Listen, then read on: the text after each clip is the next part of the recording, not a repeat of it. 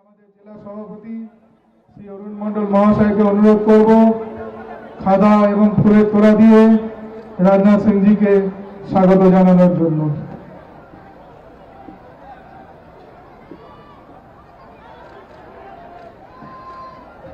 আমি 5 নম্বর মণ্ডলের যারা কার্যকর্তারা আছেন তারা মঞ্চে এসে মালা পরাবেন, তাদের কাছে অনুরোধ করছি মালা পরানোর জন্য।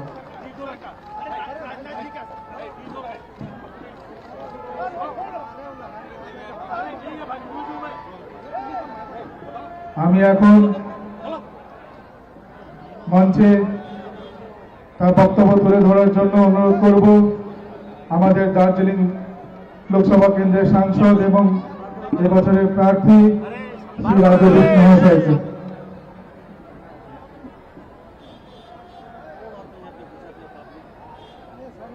রাজদীপ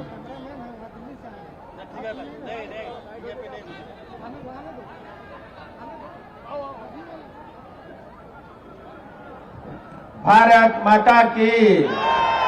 ये सिलीगुड़ी की तो आवाज नहीं हो सकती, ममता दीदी तक आवाज पहुंचनी चाहिए। भारत माता की, भारत माता की जय श्री राम, जय जय श्री राम। देश के सबसे वरिष्ठ और सबसे अनुभवी नेता और साथ ही जिनके नेतृत्व में हम अपने आप को विशेष करके दार्जिलिंग तराई डुवर्स, ये जो पूरा बॉर्डर का इलाका है, यहाँ पे हम अपने आप को सबसे ज्यादा और अधिक सुरक्षित महसूस करते हैं आपकी वजह से। ऐसे देश के यशस्वी रक्षा मंत्री परम आदरणीय राजनाथ सिंह जी, मैं आपका पूरे दार्जिलिंग तराई डुवर्स की जनता, चाहे वो बंगलाभाषी हो, चाहे वो आदिवासी हो, राजवंशी हो, गोरखा हो, कोच हो, मेचे हो, टोटो हो, राबा हो, समस्त जनता की ओर से आपका मैं स्वागत करता हूं। और साथ ही मैं संपूर्ण हमारे नेतृत्वगण, राज्यसभा के सांसद, हमारे सभी विधायक और सभी जिला के और राज्य के वरिष्ठ नेतृत्वगण का भी मैं आभारी हूं कि आप सब भी यहाँ पे आशीर्वाद देने के लिए पधारे। और समस्त सिलीगुड़ी की जनता, सर्वप्रथम तो मैं सिलीगुड़ी के जनता का आभारी हूं, ऋणी हूं।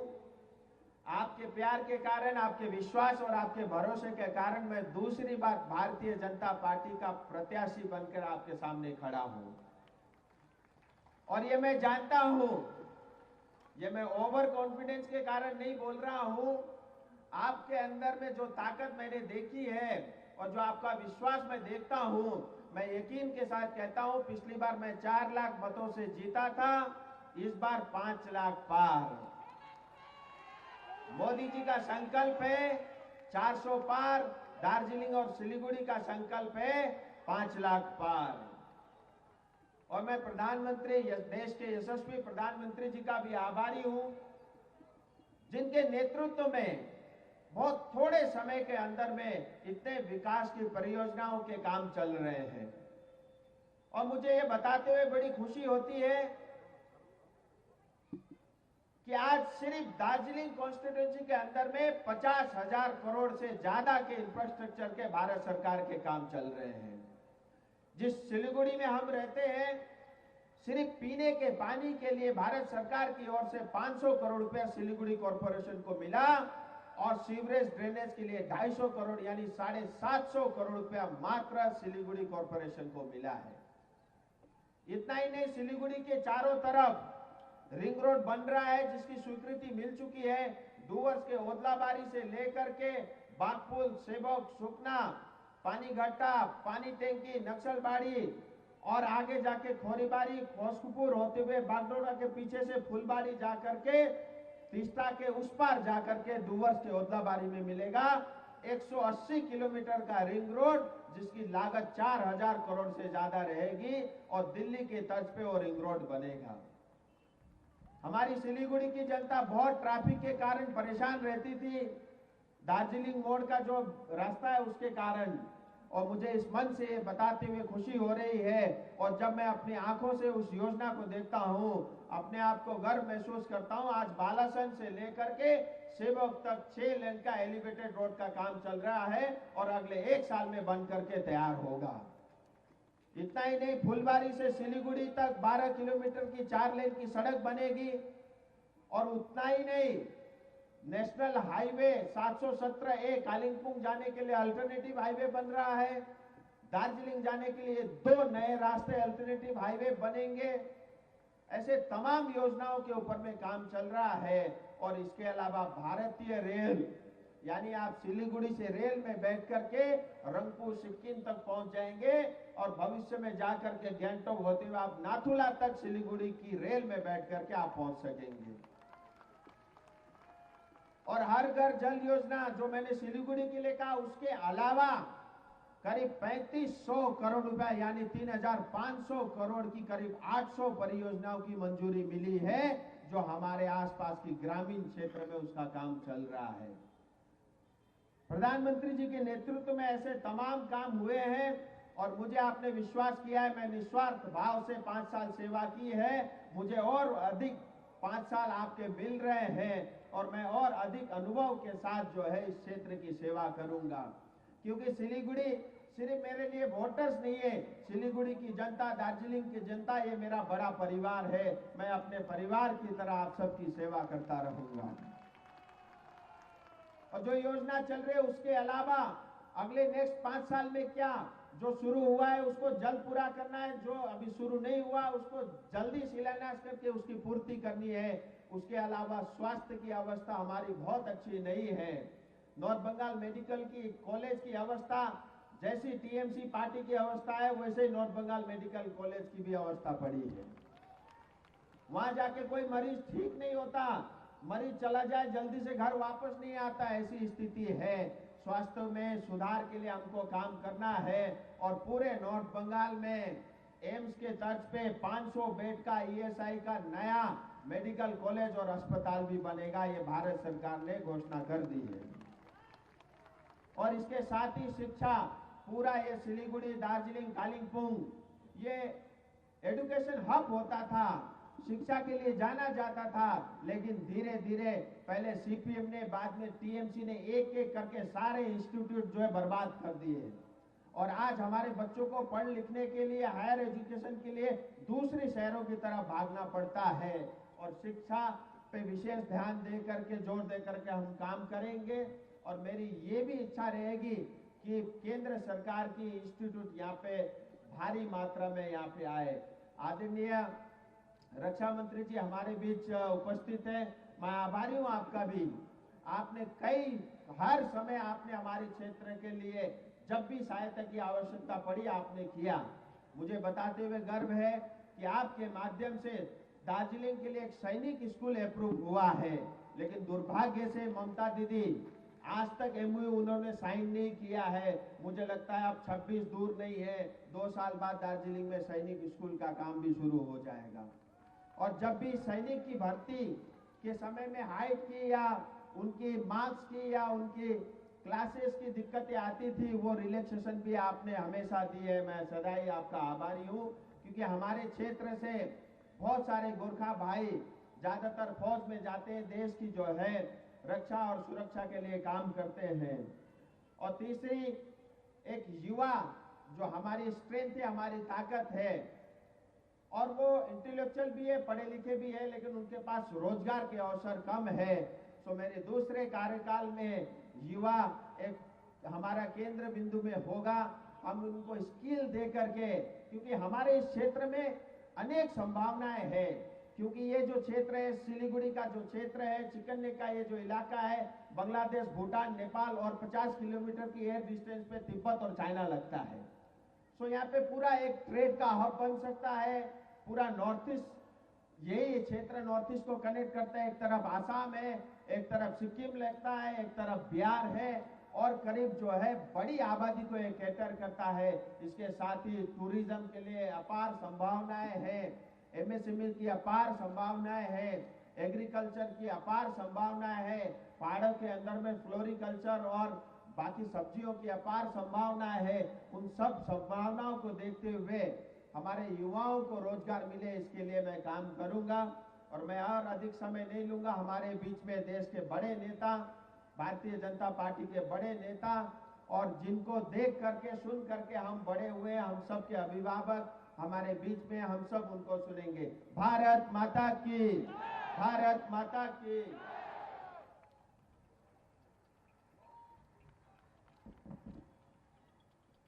मैं अब आग्रह करूंगा हमारे वरिष्ठ नेता, देश के रक्षा मंत्री भाई साहब श्री राजनाथ सिंह जी से उनका मार्गदर्शन देने के लिए। भारत माता की।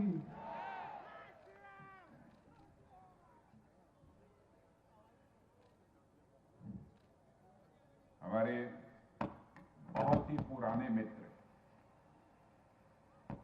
जब मैं बीजेपी यूथ विंग में काम करता था तब से लगातार जो काम करते रहे,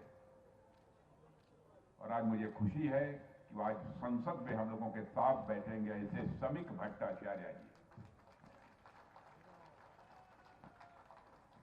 और आपके यहां के कैंडिडेट प्रिय Raju Bishta, district president Shri Arun Mandal, state vice president Shri Rabindra Bose ji, state vice president Shri Sanjay Singh, doctor Shankar Ghosh, MLA Siliguri, state secretary Shri Nikhil Ranjan Dev, MLA and cluster incharge, Shri Anandamayi Barman, MLA, and Shri Durga Murmu, MLA, Shrimati Shikha Chatterjee, MLA. बहुत एमएलए हैं यहाँ, वाह बहुत अच्छा। और यहां मौजूद मेरे सभी सम्मानित बहनों एवं भाइयों, शायद इस स्थान पर पहली बार किसी सार्वजनिक सभा को संबोधित करने के लिए आप सबके सामने खड़ा हुआ हूं। आपने तालियां बजाकर स्वागत किया है, लेकिन स्वागत, अभिनंदन कभी एक तरफा नहीं होना चाहिए, वन साइडेड नहीं होना चाहिए। इसलिए मैं भी अपनी तरफ से शीश झुकाकर सिलीगुड़ी के सभी बहनों भाइयों का हार्दिक अभिनंदन करता हूं। आप सभी का मैं स्वागत करता हूं।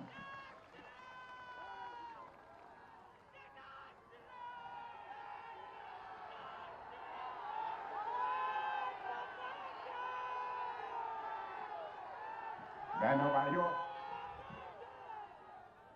आपके कैंडिडेट राजू बिष्टा के बारे में मैं कहना चाहूंगा।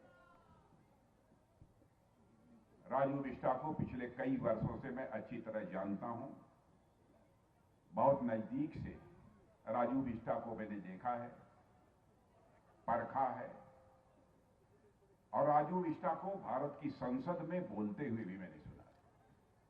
आप सब सौभाग्यशाली हैं कि आपका सांसद जब भारत की संसद में बोलने के लिए खड़ा होता है तो बहुत प्रभावी तरीके से अपनी बातों को संसद में रखता है।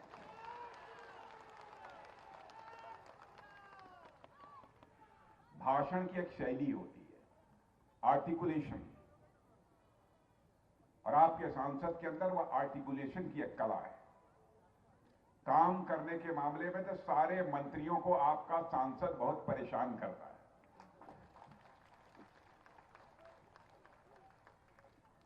और मैं बतलाना चाहूंगा कि आपके सांसद को सारे जितने भी मिनिस्टर हैं बहुत ही प्यार करते हैं। आज आपके उसी सांसद के लिए फिर से मैं वोट मांगने आया हूं। पिछली बार आप लोगों ने 4 लाख वोटों से उन्हें विजय दिलाकर भारत की संसद में भेजा था। इस बार यह रिकॉर्ड टूटना चाहिए और 5 लाख से अधिक वोटों से आप अपने सांसद को मिला करें।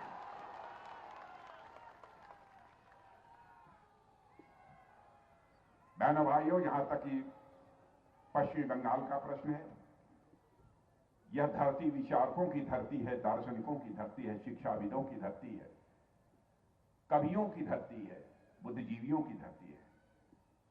इसीलिए पश्चिम बंगाल के बारे में कहा जाता है कि बंगाल आज क्या सोचता है, भारत कल सोचेगा। यह बंगाल के बारे में धारणा है। लेकिन दुखद स्थिति है कि टीएमसी भी यहां के जनसांख्यिकी को, डेमोग्राफी को बदलने की कोशिश कर रही है।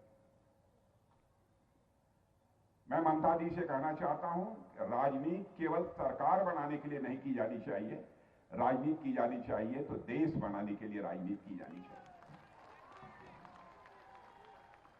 यहां के चाहे गोरखा हो, चाहे राजवंशी हो, चाहे आदिवासी हो, बंगाली हो, हिंदी भाषी हो, राभा हो, टोटो हो, मेचो हो, सभी इस वेस्ट बंगाल की ममता सरकार से पीड़ित हैं, दुखी हैं। सरकार का काम यह होता है जन कल्याण करना। उस राज्य की रहने वाली जनता सरकार के कामकाज से सुखी हो, आनंदित हो। लेकिन टीएमसी के लोगों के कारण मैं देखता हूं कि पश्चिम बंगाल की जनता में एक दहशत की स्थिति बनी रहती है। यह बहुत ही दुर्भाग्यपूर्ण स्थिति है। और मैं यहां के बारे में कह सकता हूं, सिलीगुड़ी और दार्जिलिंग के लोग, इतने सारे कौमों को लोग रहते हैं, भाषाएं भी यहां मुझे लोग बता रहे थे 100 से अधिक डायलेक्ट बोलियां हैं जिसको लोग यहां बोलते हैं। फिर भी एक दूसरे के साथ भाईचारे के साथ आप रहते हैं। आपका यह व्यवहार मैं समझता हूं अपने में एक मिसाल है, अपने में उदाहरण है। इसके लिए मैं आप सबको अपनी तरफ से बधाई देता हूं। और मेरे बहनों भाइयों, वेस्ट बंगाल की कानून और व्यवस्था का जहां तक प्रश्न है, वो बद से बदतर हो चुकी है।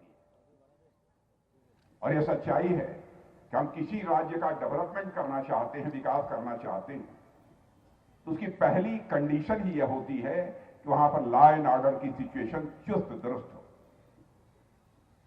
लेकिन बंगाल में ऐसे हालात नहीं है। संदेश खाली की घटना, मैं कहना चाहता हूं, सभी को शर्मसार किया। जैसे लगता है यहां सरकार नाम की कोई चीज नहीं है।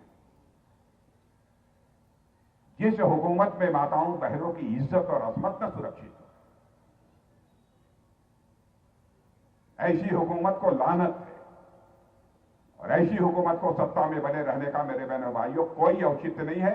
और मैं आज आपसे अपील करने आया हूं, इस बार लोकसभा के चुनाव में टीएमसी का, कांग्रेस का सफाया होना चाहिए, सीपीआईएम का सफाया होना चाहिए।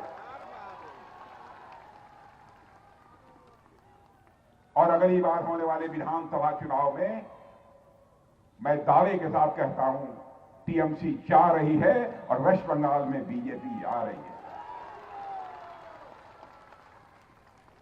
ममता दीदी, मैं आपसे कहना चाहता हूं, आपके नाम में ही ममता है। ममता तो किसी भी मां का यह स्वभाव होता है, किसी भी मां की यह स्वाभाविक प्रकृति होती है। फिर ममता दी, मैं आपसे पूछना चाहता हूं कि जनता का दुख दर्द आपको क्यों नहीं समझ में आता? कहां चली गई है आपके भीतर की ममता? मुझे लगता है कि अब आप केवल नाम की ही ममता रह गई है। स्वभाव और व्यवहार में आपकी ममता नष्ट हो चुकी है। हमारे प्रधानमंत्री ने बहुत सारी जन कल्याणकारी योजनाएं इस पश्चिमी बंगाल में प्रारंभ की, जैसे देश के अन्य भागों में। उन जन कल्याणकारी योजनाओं को भी आप लागू नहीं करती हैं। शायद इसका श्रेय मोदी जी को न चला जाए और लोग मोदी जी के पक्ष में वोट न करने लगे। यही भय आपको सताता है। इससे पश्चिमी बंगाल का भला नहीं हो सकता मेरे बहनों भाई।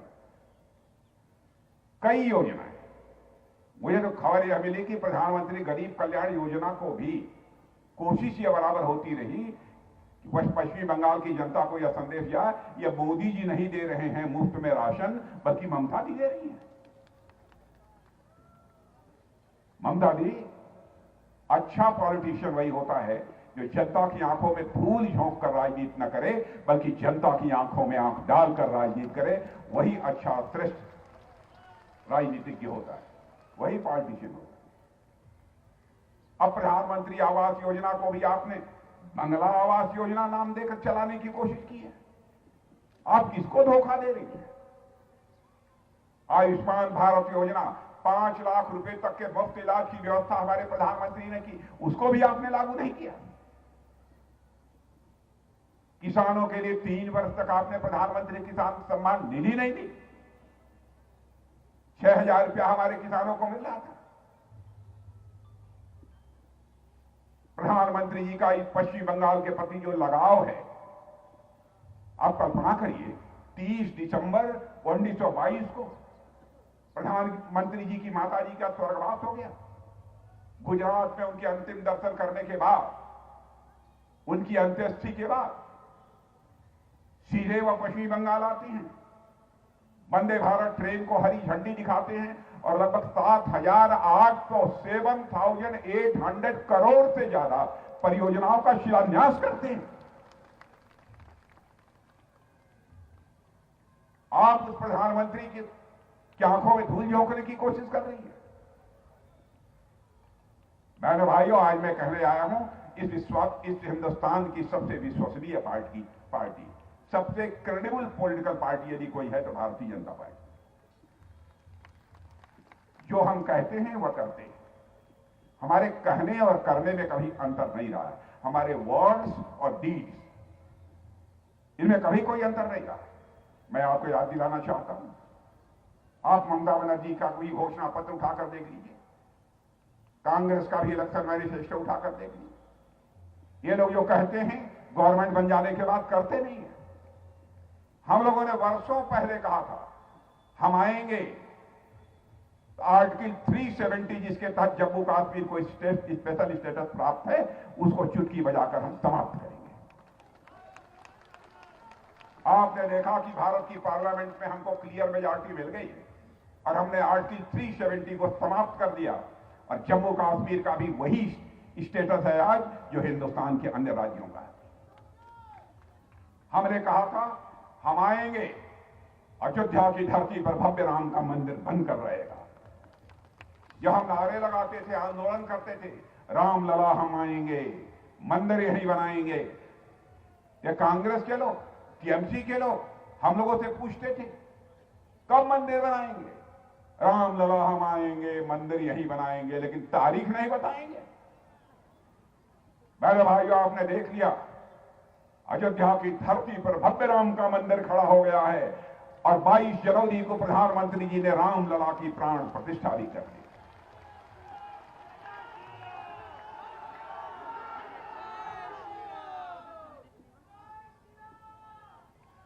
मुझे तो यह लगता है राम लला अपने हट से निकलकर, अपनी झोपड़ी से निकलकर अपने पैलेस पे, अपने महल में पहुंच चुके हैं। भारत में राम राज्य के आगाज को दुनिया की कोई ताकत रोक नहीं सकती है।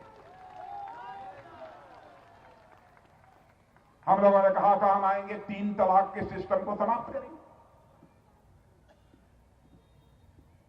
बहनों भाइयों, कोई कह सकता है दूसरे धर्म के मामलों में आप क्यों हस्तक्षेप करते हैं, लेकिन चाहे हिंदू हो, मुसलमान हो, ईसाई हो, यहूदी हो, कोई हो,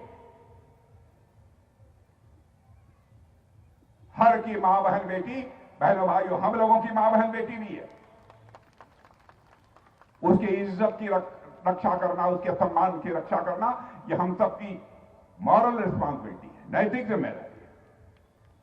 हम कैसे किसी को इजाजत दे सकते हैं कि आप किसी से शादी कर लीजिए और उस बहन को 10 दिन के बाद आप तलाक तलाक तलाक 3 बार बोलकर उसको छुट्टी कर दीजिए। दूसरी राजनीतिक पार्टी वोट के लालच में इसे बर्दाश्त कर ले, लेकिन भारतीय जनता पार्टी इसे कतई बर्दाश्त नहीं कर सकती है। मेरे बहनों भाई, 3 तलाक को भी हम लोगों ने समाप्त कर दिया। हम लोगों ने कहा कि नागरिकता कानून हम पास करेंगे, कर दिया नागरिकता कानून। यहां पर ममता जी लोगों के आंखों में धूल झोंक रही हैं, गुमराह कर रही हैं। क्या आपकी सारे मुस्लिम्स की नागरिकता समाप्त कर दी है? बहनों भाइयों, यह नागरिकता का कानून, सिटीजनशिप अमेंडमेंट एक्ट, यह किसी की नागरिकता छीनने वाला कानून नहीं है, बल्कि नागरिकता देने वाला कानून है। अफगानिस्तान हो, पाकिस्तान हो, बांग्लादेश हो, यदि किसी का वहां धार्मिक उत्पीड़न हुआ है, धार्मिक उत्पीड़न, और उसके कारण वह भारत आता है, चाहे जो कुछ भी होगा, डंके की चोट पर हम उसे नागरिकता भारत की मुहैया कराएंगे। यह हमारा समर्थन करता है। यह बात तो हम लोगों ने अपने घोषणा पत्र में कही थी, उसे किया है हमने। बीपीएल परिवारों के लिए हम लोगों ने गैस सिलेंडर देने की बात कही थी। बहुत दिनों तक इन्होंने गैस सिलेंडर देने नहीं दिया। अजीबोगरीब स्थिति इन्होंने पैदा कर दी। अभी कुछ दिनों पहले मुर्शिदाबाद में रामनवमी की शोभा यात्रा निकल रही थी। क्या किया आपने? उस पर हमले हुए। जिन लोगों के खिलाफ सख्त कार्रवाई होनी चाहिए उनके खिलाफ सख्त कार्रवाई भी आपने नहीं की। और संदेश खाली की घटना तो बहनों भाइयों मैं समझता हूं कि बहुत ही शर्मनाक घटना थी। और उसको टीएमसी के लोग अपराधी को शेल्टर दे रहे थे। ईडी सीबीआई जब भी आती है कोई जांच करने, उसके ऊपर अटैक किया जाता है, आक्रमण किया जाता है। ममता जी आपके हुकूमत पे हो क्या रहा है? दूसरी राजनीतिक पार्टियां इसे बर्दाश्त कर लें, लेकिन भारतीय जनता पार्टी बहनों भाइयों से कतई बर्दाश्त नहीं करेगी।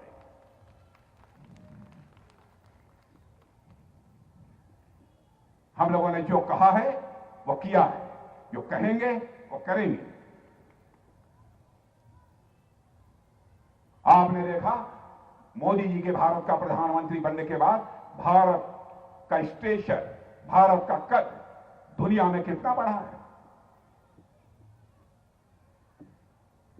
पहले हम लोग भारत के बाहर किसी इंटरनेशनल फोरम पर, अंतर्राष्ट्रीय मंचों पर बोलते थे तो लोग कहते थे भारत कमजोर देश है, क्या सुनना इसको, बहुत सारे लोग उठ के चले जाते। लेकिन आज यदि हम लोग भारत के अंतर्राष्ट्रीय मंचों पर भारत के लोग बोलते हैं, सारी दुनिया कान खोलकर सुनती है भारत बोल क्या रहा है। यह भारत का स्टेशन सारी दुनिया में बढ़ा है। इकोनॉमी का जहां तक सवाल है, अर्थव्यवस्था का, धन दौलत के मामले में, इकोनॉमी के मामले में 2014 में जहां पर हमारा यह भारत दुनिया में 11वें स्थान पर खड़ा था, आज वह जंप लेकर 5वें स्थान पर दुनिया में आकर खड़ा हो गया है।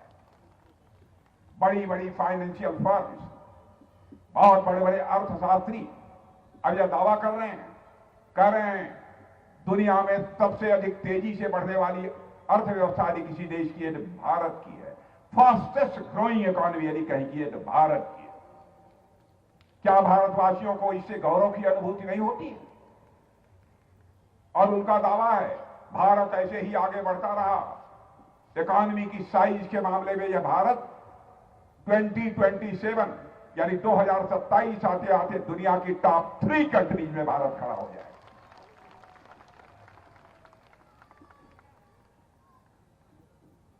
देश का कद बढ़ता है तो उसके प्रधानमंत्री और मंत्रियों का भी कद बढ़ता है।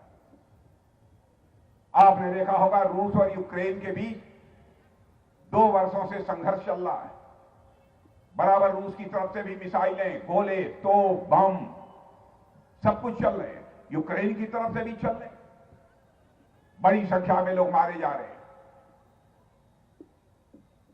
और जब यह युद्ध शुरू हुआ था तो उस समय हमारे भारत के बहुत सारे हजारों बच्चे यूक्रेन में पढ़ते थे।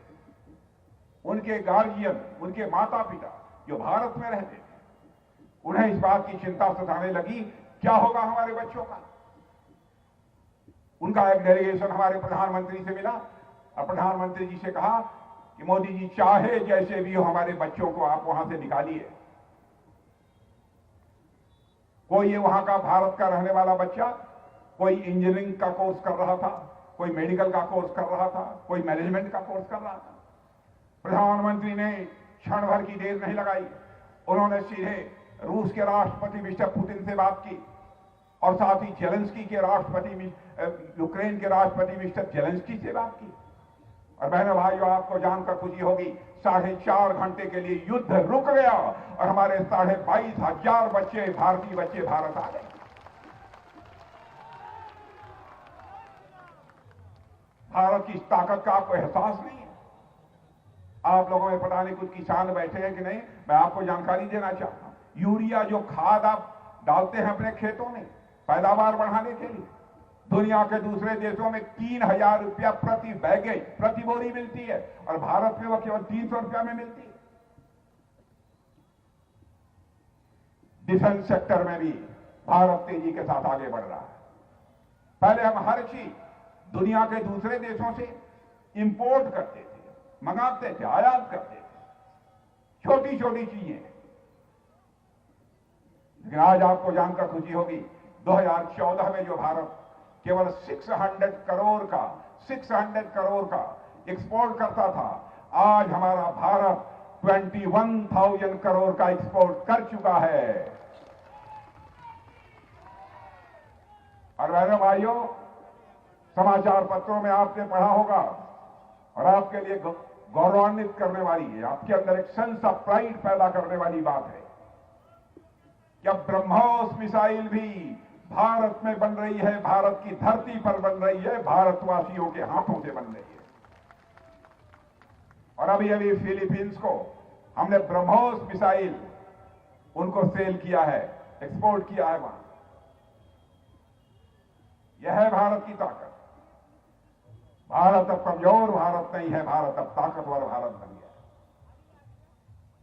आपने इसके पहले कांग्रेस की भी हुकूमत देखी है, आतंकवादी वारदातें किसी न किसी स्टेट में बराबर हो जाया करती थी।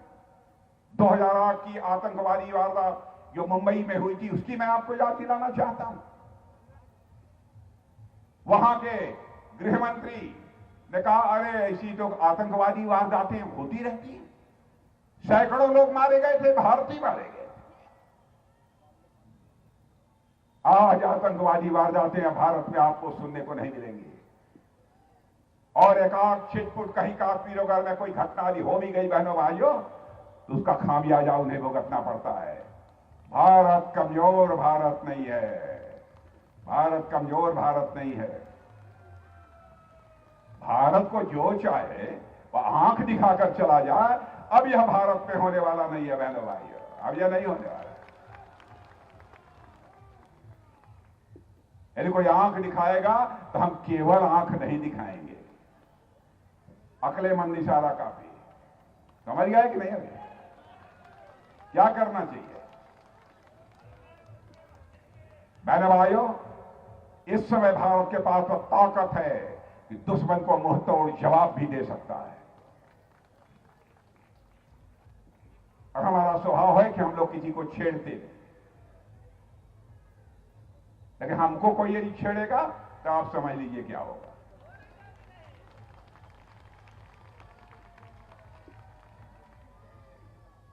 इसलिए मैं आज आप सबसे अपील करने आया हूं, बहुत लंबा चौड़ा भाषण करने के लिए नहीं आया हूं। इसीलिए आप लोगों से कहने आया हूं, बहनों भाइयों, आपका बहुत ही डायनेमिक सांसद है, इसको जिताइए, फिर से पार्लियामेंट में आप भेजिए। पक्का है? तो मैं चलूं? चलें? चलें कि न चलें? क्या खाना वाना भी खिलाएंगे? नहीं, बोलना होगा फिर बाद में। बहनों, हाँ, चिंता मत करो बहनों भाइयों, पीओके हमारा था, पीओके हमारा है, पीओके हमारा रहेगा।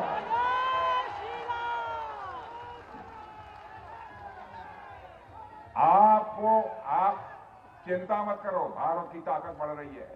भारत का डेवलपमेंट जितनी तेजी के साथ हो रहा है, भारत की प्रतिष्ठा अंतर्राष्ट्रीय जगत में जिस तरीके से बढ़ रही है, भारत की अर्थव्यवस्था जितनी तेजी से आगे बढ़ रही है, अब पीओके के हमारे भाई बहन स्वयं ही मांग करेंगे कि हम भारत के साथ रहना चाहते हैं। चिंता मत करो। तो मैं आज बस इतना ही कहने आया हूं कि आप राजू बिष्टा को भारी मतों से जिताकर भेजिए। पक्का है कि नहीं? पक्का है? जरा हाथ उठा के ताली बजा दीजिए तो मैं मालूम पक्का है। और एक बात मेरी और सुन लीजिए, अंतिम बात हमारी यह है, यदि राजू बिष्टा को आपने 5 लाख से अधिक वोटों से जिता दिया तो मैं फिर से इसी सिलीगुड़ी की धरती पर आऊंगा मेरे बहनों भाई, फिर जाऊंगा। और यदि मैं दोबारा राजू विष्टा के 5 लाख से अधिक मतों से जीतने के बाद यदि मैं आऊंगा, अपना स्वागत कराने के लिए नहीं आऊंगा, एक बार शीश झुकाकर सिलीगुड़ी की जनता के प्रति आभार व्यक्त करने के लिए आऊंगा, आप सभी का अभिनंदन करने के लिए आऊंगा। आप सभी को बहुत बहुत धन्यवाद। धन्यवाद राजनाथ सिंह जी। भारत माता की। আমি এখন অনুরোধ করব আমাদের জেলা সভাপতি মাননীয় অরুণ মণ্ডল মহাশয়কে ধন্যবাদ জ্ঞাপনের মাধ্যমে এই সভার সমাপ্তি ঘোষণা করার জন্য। অরুণ দা।